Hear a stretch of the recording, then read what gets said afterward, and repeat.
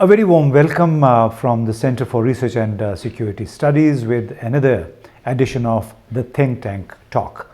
The subject, the focus for the Think Tank Talk today is Afghanistan and Afghanistan's relationship with Pakistan.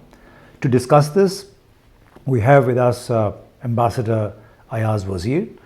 He has long experience in dealing with Afghanistan. He had headed the Afghanistan desk at the Ministry of Foreign Affairs for long years. He was also part of the reconciliation process that the OIC had launched to bring about reconciliation between the then Northern Alliance and the Taliban, which did not get to any logical end.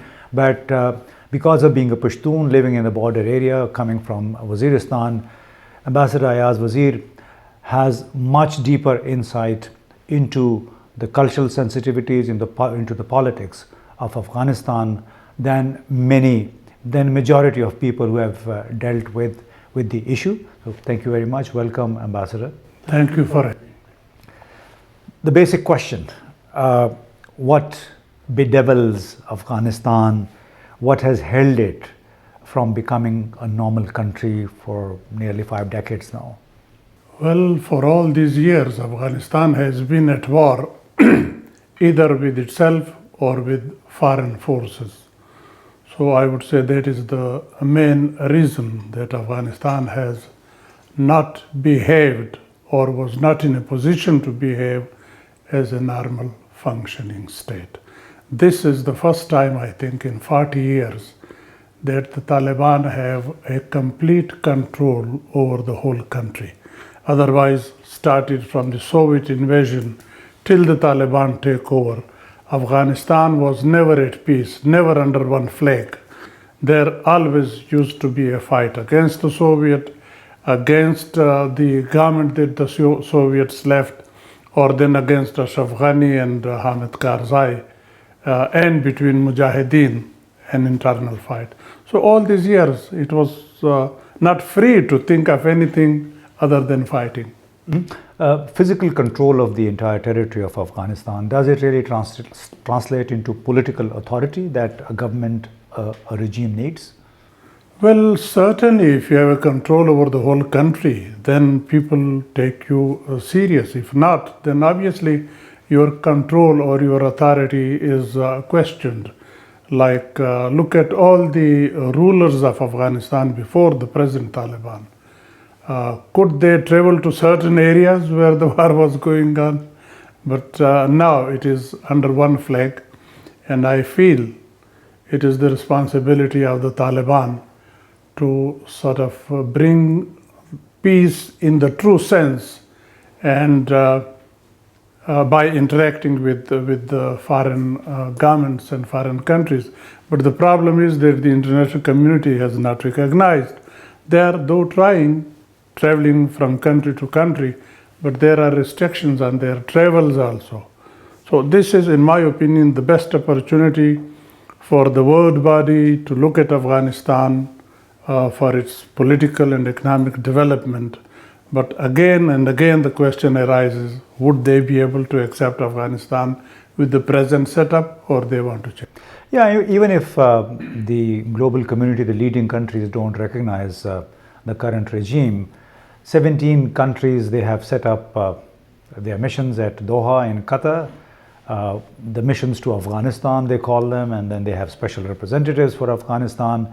This means they are juggling and struggling to find ways to engage with the Afghan Taliban, and they seem to be like hostage to the American non-recognition of the Taliban regime, as well as the UN restrictions on the travel of the Afghan Taliban. Now, does this mean that despite all the goodwill, the Taliban will remain non-recognized, they will remain unrepresented at the United Nations? Well, I personally think this will not last very long, because the de facto recognition is already there. As you mentioned, many countries have their embassies in Afghanistan and interacting with the government, receiving their foreign minister, Afghan foreign minister in their countries, or even visiting Kabul. But the real matter is of the de jure recognition, which is not there. Though I think China has made almost a beginning, just an inch short of declaring a formal recognition. They have appointed a new ambassador who presented his letter of credentials to the Prime Minister of the Taliban. But they said it is a little, it's obviously raised the diplomatic contact with Afghanistan short of recognition. But I think in the near future, the world body will go into interacting with the Taliban government a little more serious, because they have proved for 2 long years that without recognition they have been able to somehow survive and carry on with so many activities for which you need proper recognition. So if they have been able to do it without recognition, then imagine how strong would they be to act against the militants in their country if they are recognized by the world. Yeah, I mean, you're right. In 2 years, I think they have performed much better, far better than any of their predecessors. The control, the strength of their currency, then the law and order has been brought under control. There's practically no war, no insurgency other than the ISKP, and that I think they deserve credit for that. Although they will have to also give in on some of the demands that are also emanating from Pakistan on women's employment, women's education, and I think the dominant majority of the countries are in unison as far as this aspect is concerned. But they do also recognize the counterterrorism approaches that the Taliban have adopted. Despite that, would you agree that Afghanistan still remains a hotbed of geopolitical contests currently going on between the United States and China? Well, I think it is, because I feel if you remove the big hands of Afghanistan, I think peace and normality will return to that. So there are players within the country and from the outside, which is playing a great role. Afghanistan, as everybody knows, is a gateway to Central Asia and South and West, like Pakistan claims to be. We both are in fact in a similar situation, but Afghanistan is rather more. And then there are lots of mineral resources in the country, a lot of economic opportunities for countries, for which I think China is slowly, peacefully trying to expand.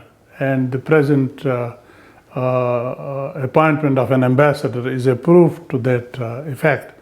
But if you look at it from the American side, obviously that is not acceptable to them.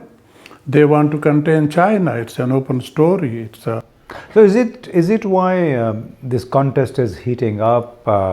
What is so special about Afghanistan? How can, other than the minerals, how can this country serve the geopolitical objectives either of the United States or of China? Well, it's a very strategically located country. Look at it, Central Asia or the former Soviet Union is just touching. China is next to it. Pakistan here, Iran on the other side.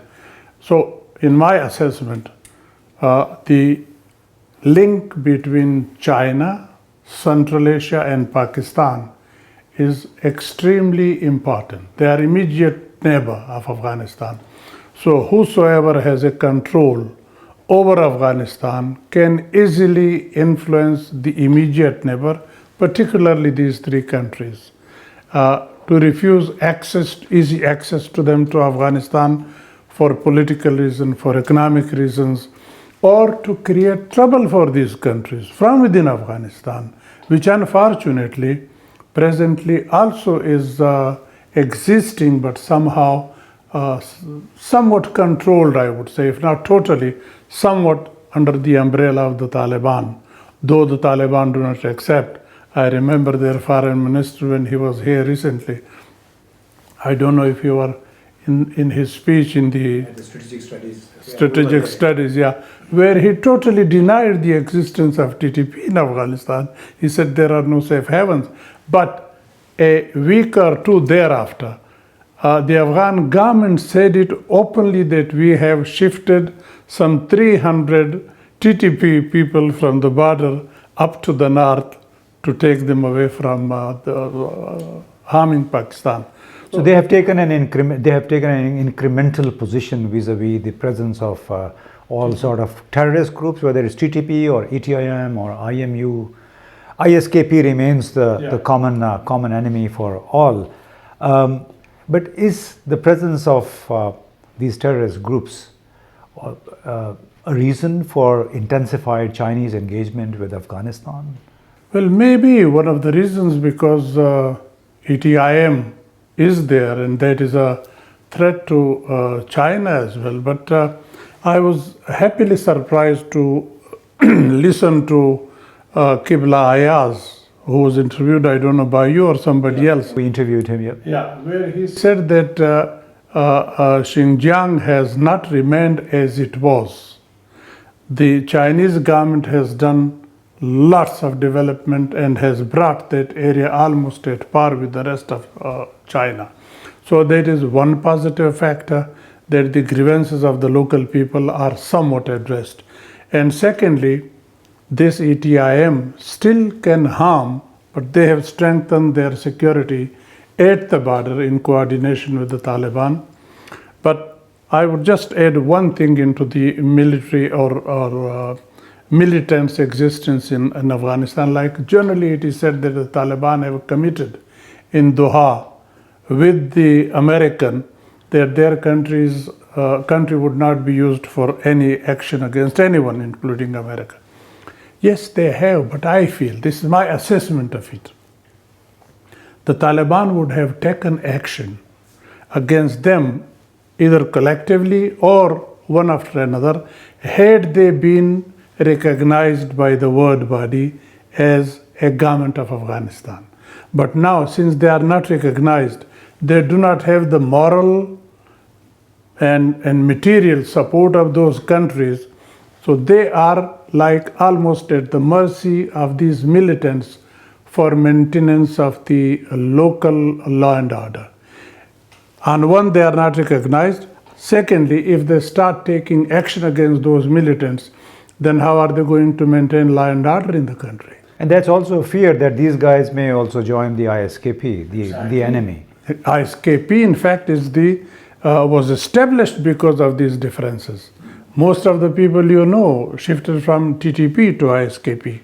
Now, if that increases, the ISKP would naturally be strengthened much more. What is the problem between Pakistan and Afghanistan? What do you think, the primary irritants or bottlenecks in the way of developing, promoting this relationship like on an equal footing? Well, the unfortunate part in the relationship is the mistrust between the two countries, the two government, or the two, I wouldn't say the two people. People to people contact is just excellent even today, but government to government. The mistrust started right from day one. Unless those conditions which created mistrust between the two countries are addressed, things would not improve, and for that I blame both the governments, not only one. Afghans have made mistakes in the beginning when Pakistan was created, and similarly we made some mistakes for which we both are paying, as they say, through our nose for all these long years. So we have to address, or as the famous saying in Persian goes, how it is said? It said, "Khishte awal churne had mein hamara kaj, ta suraya mira wa diwar kaj." You have to translate this also. Well, it says, if you lay the foundation stone tilted, you raise the wall up to the sky, it will remain tilted. So our foundation stone is tilted, it should be leveled. And to level it, the two governments must admit those mistakes and then go forward. And if the status quo remains like this means the proxy terrorists, external forces will keep benefiting from, will keep exploiting this? Unfortunately, yes. The example is, look at the Afghanistan history, started from, we wouldn't go into the history, just started from 1979 Soviet invasion. Thereafter, see the relation between the Afghan government and Pakistan. Most of the time in Kabul, your very close people were ruling, they were the rulers. Mujahideen, the Taliban first period, the Taliban second period, and then Ashraf Ghani and Karzai, you had recognized, you were dealing with it. With none of them you enjoyed the best of relationship. It is just okay. It goes okay, it goes one step forward and two step backward. And the reason is, as I said, the tilted foundation stone. Okay, thank you very much. That was an excellent end to an excellent conversation on what is so special about Afghanistan, why does it keep reeling from conflict, insecurity, not insecurity in the sense ever since the Taliban have returned to power, but there are still problems, they are not being recognized by the international community, and that basically creates a sort of quasi-justification for them not to really crack down on the terrorist groups that are using the Afghan soil for attacks into the neighboring countries. And perhaps, as Ayaz Wazir Sahab said, that could be of face saving. You know, we have to perhaps provide to the Taliban the recognition, and if the recognition comes through, perhaps they will be more determined in taking actions against all those groups which are threatening peace in the region, and they are also spoiling relations of Afghanistan with its neighboring countries. Thank you very much.